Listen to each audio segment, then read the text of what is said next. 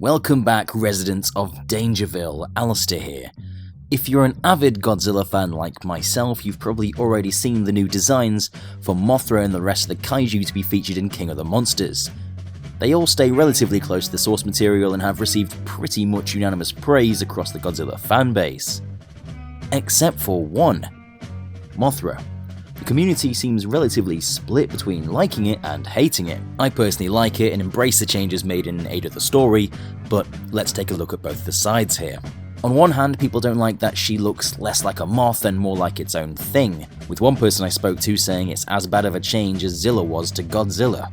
The wings are thinner and she has praying mantis-like pincers, a smaller head and only 4 legs, at least from what we can see from the pictures. On the other side, people like that the changes made make her look like she can hold her own in a fight, and that the claws can be used to strike enemies instead of just using energy beams or just flapping her wings like she has done in the past. Personally, I like it for these reasons. Mothra is called Mothra, but she's not a moth. Just like how Rodan isn't a pterodactyl and Godzilla isn't a 50s interpretation of a Tyrannosaurus Rex. She may have moth-like attributes that most people would point at and say, "That's a moth," but she's not a moth.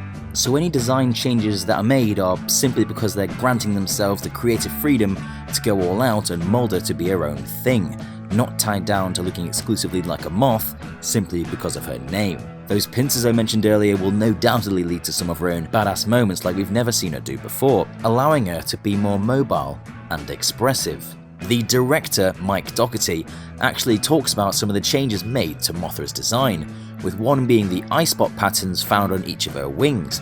In nature, many types of moths and butterflies sometimes have false eye spots to ward off predators, and that the eye spots on Mothra are to show that her and Godzilla have some sort of relationship, and that they're actually meant to look like Godzilla's eyes, since she is quote-unquote the queen of the monsters and he is the king of the monsters, which is a nice touch. And with all things considered, she still looks like a moth, at least in my opinion, though I can understand why people would be disappointed or angry with the changes, since it's arguably the most drastic change in the entire lineup. But I personally think it's justified. But what do you think? Go ahead and discuss what you think about the new design in the comment section down below, but remember to keep the conversation civil. We're all fans of this series here. The trailer drops on Sunday the 9th of December and we'll be here waiting.